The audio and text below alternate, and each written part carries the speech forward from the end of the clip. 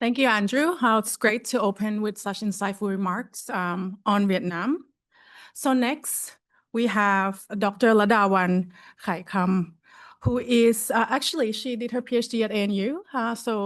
She's, basically coming back to Australia. She's currently an assistant professor in the Department of Political Science and Public Administration at Kasetsart University in Thailand. And she works on her research focuses on environmental politics, political theory, and human rights, with the growing emphasis on Chinese governance and sustainable development.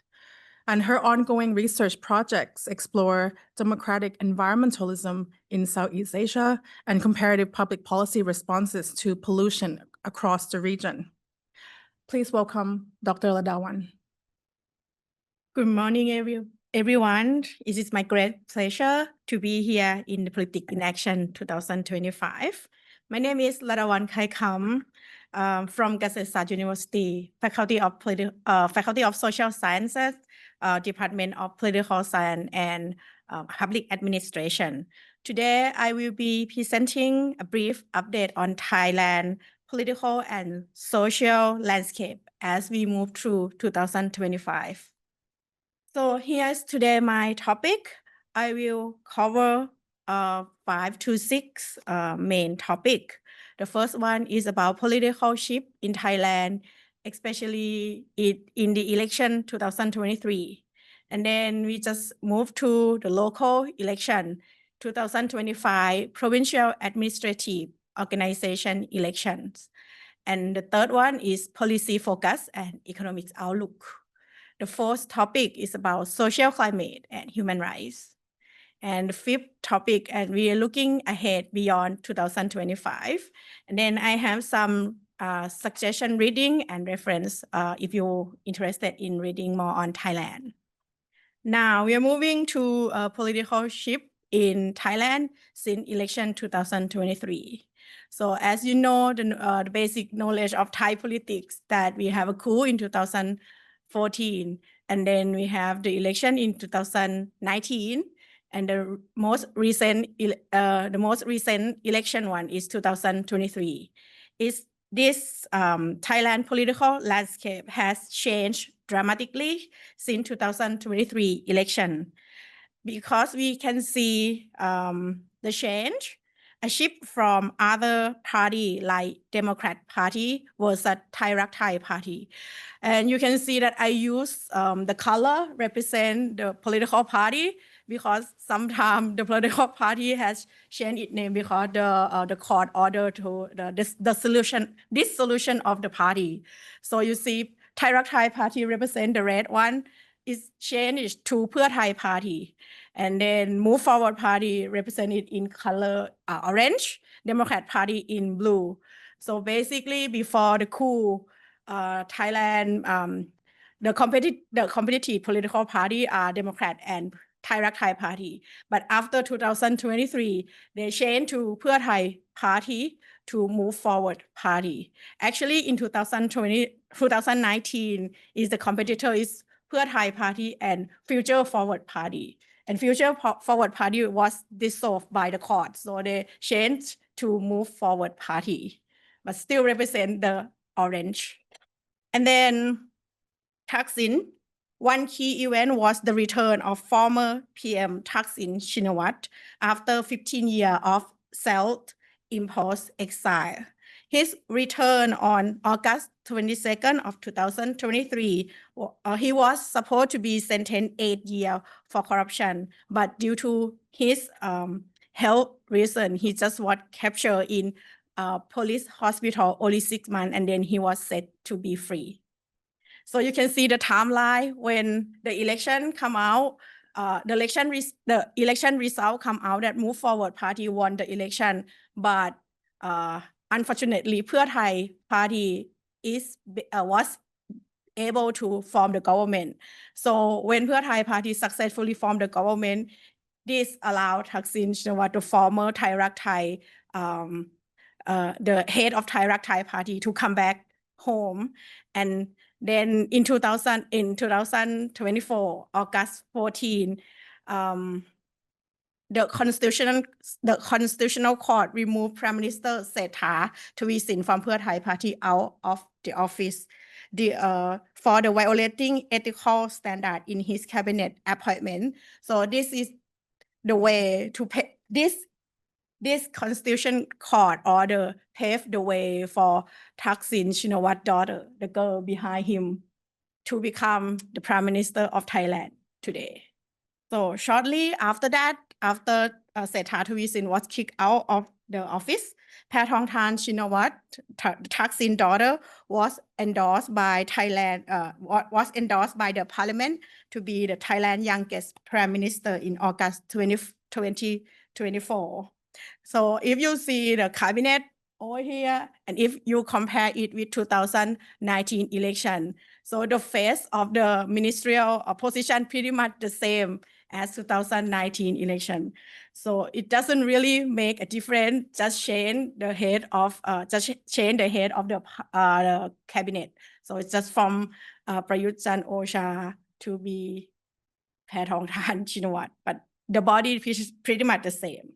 Her father returns has strengthened the influences of Shinawat family, consolidating Pheu Thai's political position.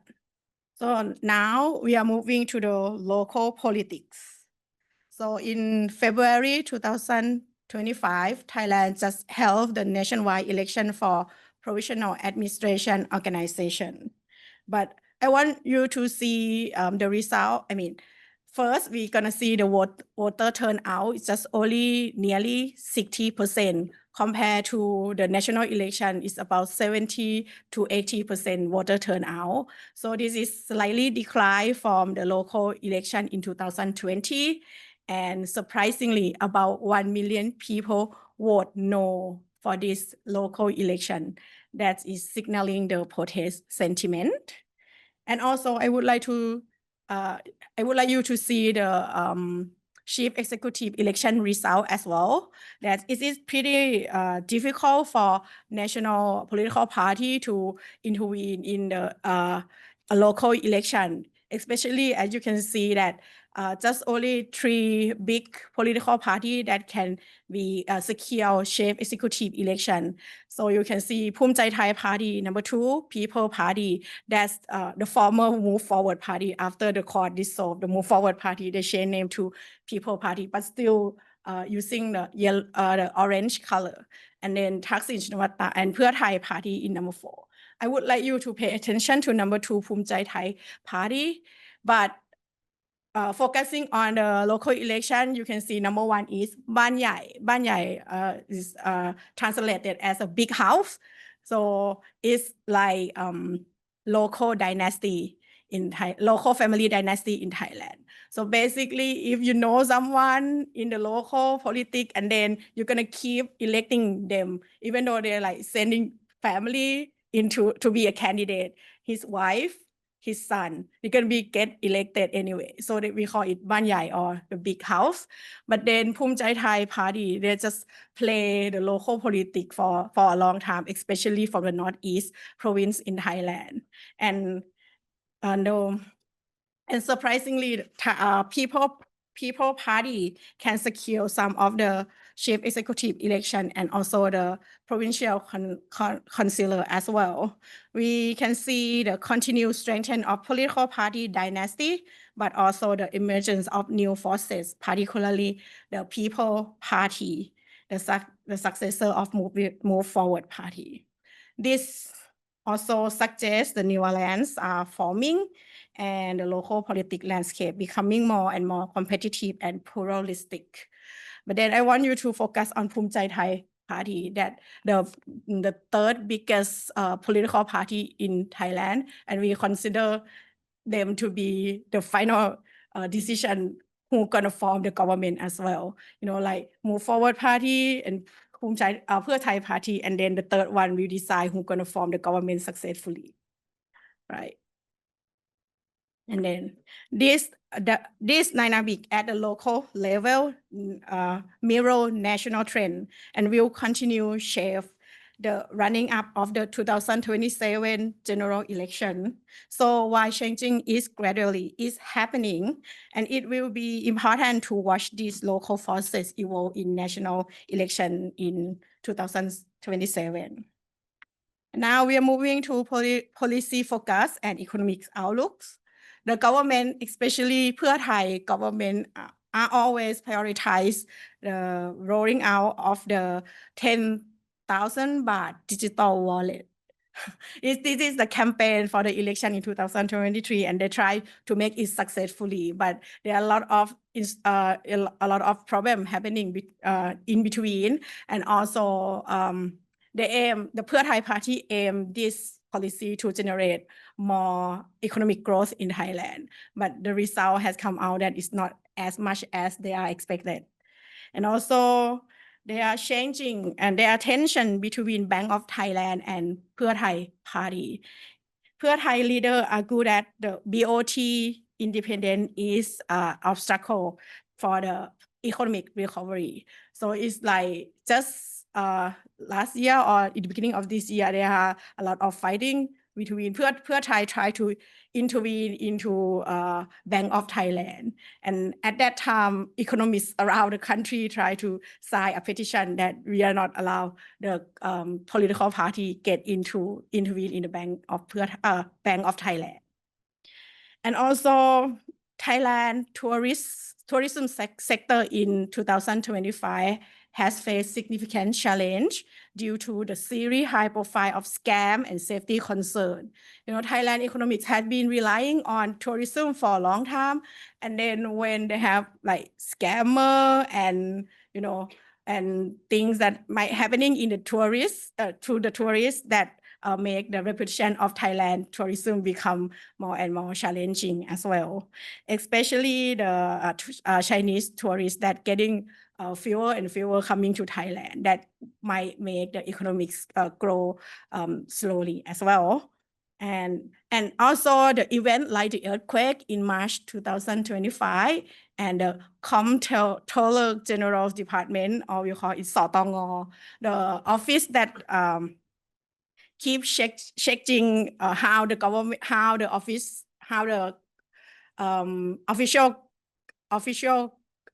official use the money to make sure the transparency.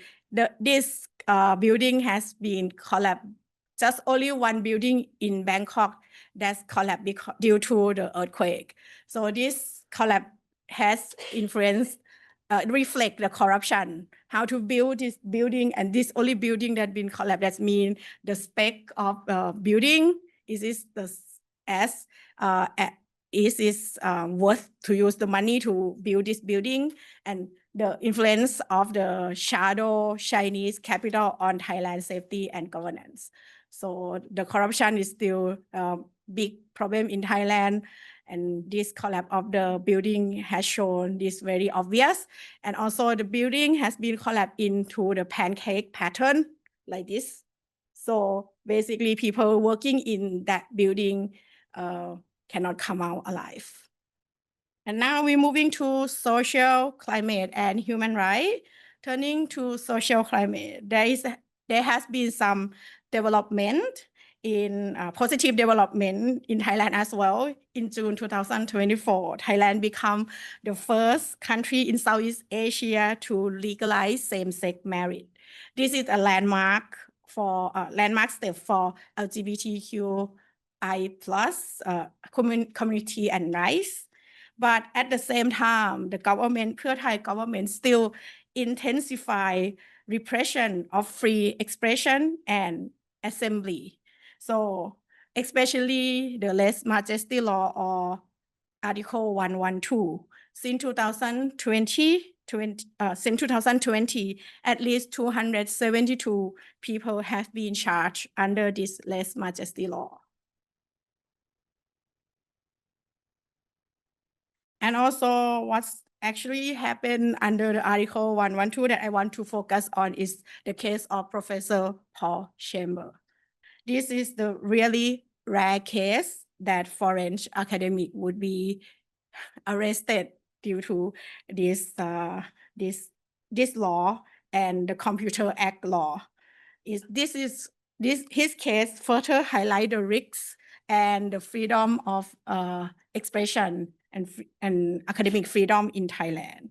Though he was granted bail, his visa was revoked and his contact with university has been broken. And now he's leaving Thailand already. So looking ahead beyond 2025, what we expect after this, potential for instability, 44 MP from Move Forward Party, or mostly now the People Party, who have signed a proposal to amend Thailand Less Majesty Law, Article 112, had been formally charged with serious ethical violation. If this 44 MPs was disqualified from the position in the parliament, that would make People Party into a very difficult position. And also that I want you to highlight Phum Chai Thai Party, the third biggest political party in Thailand. It had been accused of orchestrating a network influences in 2024 Senate election in Thailand. It means like basically the senator in Thailand is not supposed to associate with any political party, but then they have some evidence to say that Phum Chai Thai Party might influence some of the senator in the parliament as well. So if this was proven true, the party could face the dissolution and ban as well. Meanwhile, the coalition governments remain fragile. We have Pheu Thai and Phum Chai Thai Party all together, and also some of the small political parties joining the government. But the power struggle between Phum Chai Thai and Pheu Thai continue the tension. So you see, this is just new one that Phum Chai Thai Party, they have a sign for their party, right? But normally they have blue and red altogether, but just last month, I think, or the month before, they removed red out and just only blue. So red represent Pheu Thai as well, right? So basically when they move the red out, so it's they like sending a signal that they're gonna, have a tension between these two parties. And also right now they are negotiating the ministerial position in the government as well, as they're gonna be the shuffle soon. So I guess that would be a chance for People Party, as long as they don't, the party has not been dissolved. They're gonna be a chance for the People Party to be in the election 2027. Right. So I think that was all the topic I covered, and I would like, if anyone want to read more about Thailand, I have some reading suggestion here. So we have Professor Paul Chamber, about the rising up in Thailand, the youth protest, and also the new book coming from Ajahn Pachak Kongkirati, Thailand Contestation, Polarization, and Democratic Regression. This book gives you an overview of Thai politics since 1950 until now, and Thailand policy analysis, and also history of Thailand from Ajahn Chris Baker and Ajahn Phasuk Pong Phaichit, and also Ajahn Chanvit Kasetsart, Thailand Struggle for Nation. And here is my reference for this presentation. So if you have any question, please ask away. Thank you.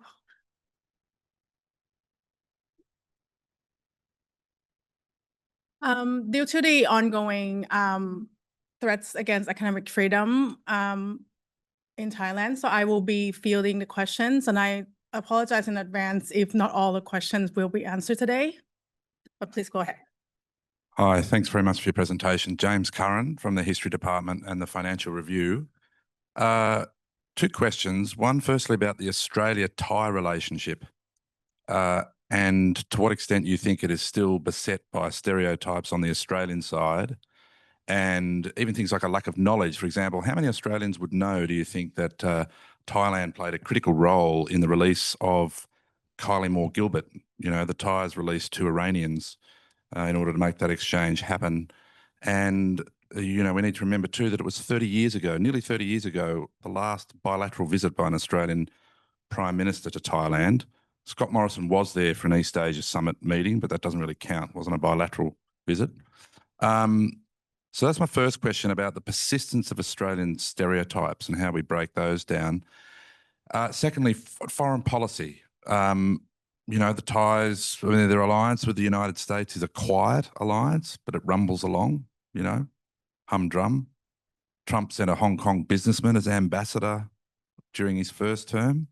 I don't think that was terribly well received from my conversations in Bangkok last year. They weren't terribly excited about Trump 2.0, but few people are. And Thailand, as you know, is getting closer to China, has applied for membership of the BRICS. I wonder if you can talk a bit about that kind of geopolitical and geoeconomic turbulence and how Thailand is facing that at the moment. Thanks.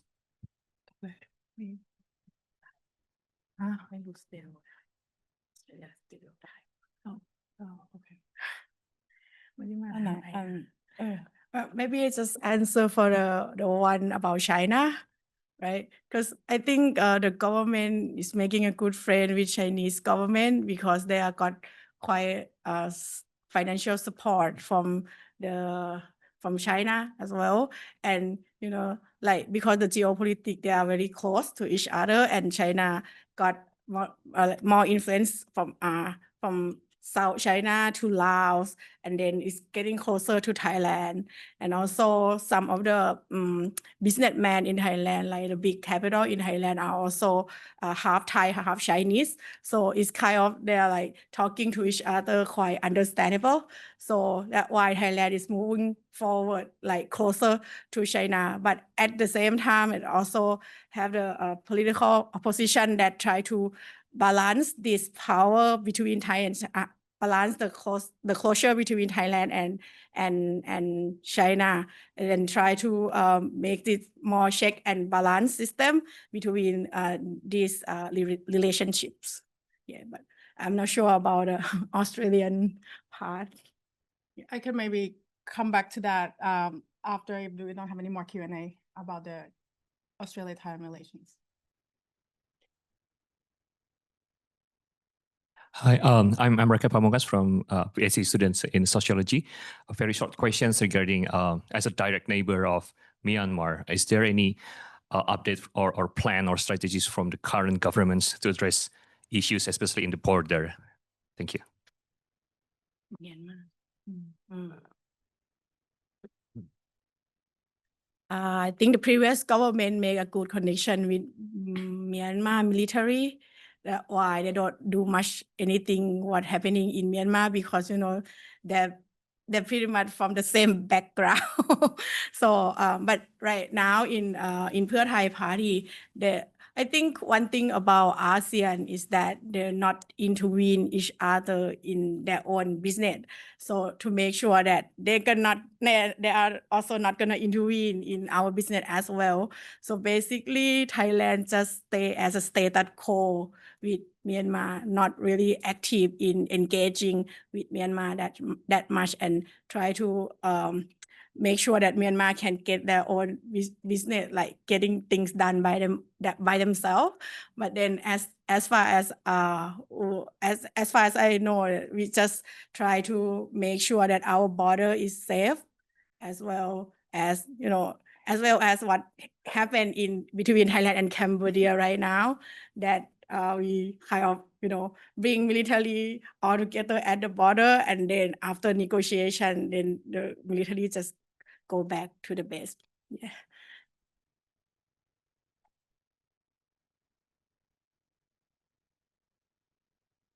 My name's Paul. Great talk. Is there an elephant in the room? Elephants are popular in Thailand. What is the role of the Thai armed forces in the country, and is that changing? Elephant in the room and the role of Thai military in the elephant. Is there analogy? We will have to move on to the next question if that's okay. Yeah, analogy. Wow.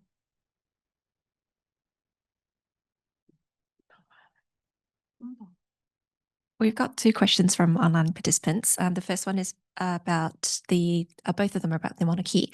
Can you talk about how much influence the Thai monarchy has on the current social political situation? And the second question is, how does the royal succession impact Thailand?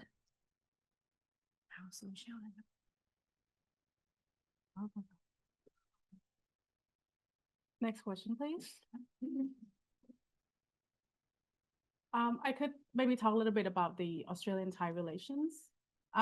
It's interesting you ask because actually Australia has one of the largest embassies in the world in Bangkok. For a variety of reasons, even you speak to the staff there, which I meet regularly when I visit, they always feel that they have to make a reason why Thailand is important to Australia. Where some staff wouldn't have said that they would have to do that if they were posted in Indonesia, for example. So overall, strong good relations, lots of people-to-people connections and activities, but from the DFAT perspective, Thailand hasn't got the kind of spotlight it really should have, and it's always been kind of the case for a very long time. Hopefully, with the increasing importance of Thai students actually increasingly coming to Australia to study, that's been growing significantly, that would change the dynamics a little bit. Yeah. I just asked Ladawan to talk a little bit about our border dispute with Cambodia, which is flare up again, and maybe she can talk a little bit about it. Yeah, thank you. Well, I think it's quite surprised that Thaksin and Hun Sen is quite a good friend. But, anytime when Pheu Thai become a government, they always have this dispute between Thailand and Cambodia border. And some people just make it quite politicizing that, if the government are not strong enough, the military will come out and then they can do anything, right? But then, and Cambodia also said they're gonna bring this up to the ICJ, International Court of Justice, but Thailand said no, and we are not in the we are not signature, we are not member of that after the Khao Phavihan dispute. So basically, if Cambodia wanna go to ICJ, just go to themselves. We are not going up as well. So basically, some people want the military to come out, but most of us, Thai people are not really side with the military. We just want to talk and make sure that people in the border are safe as well. So basically, after negotiation and after some of the talk, and some from Thailand part, we cut the internet and cut the electricity. So basically, now Cambodia kind of calm down already and get back to their base. And Thai also, even though we said we are ready to fight, but then I don't think that is a good idea to fight with your neighbor, right? So, yeah, and now I think it's getting better right now. That should be not gonna be a fighting, and ICJ wouldn't get involved. Any more questions? Well, you can find both of us outside this. We can talk and answer some more questions. So thank you so much, Ladawan. Thank you.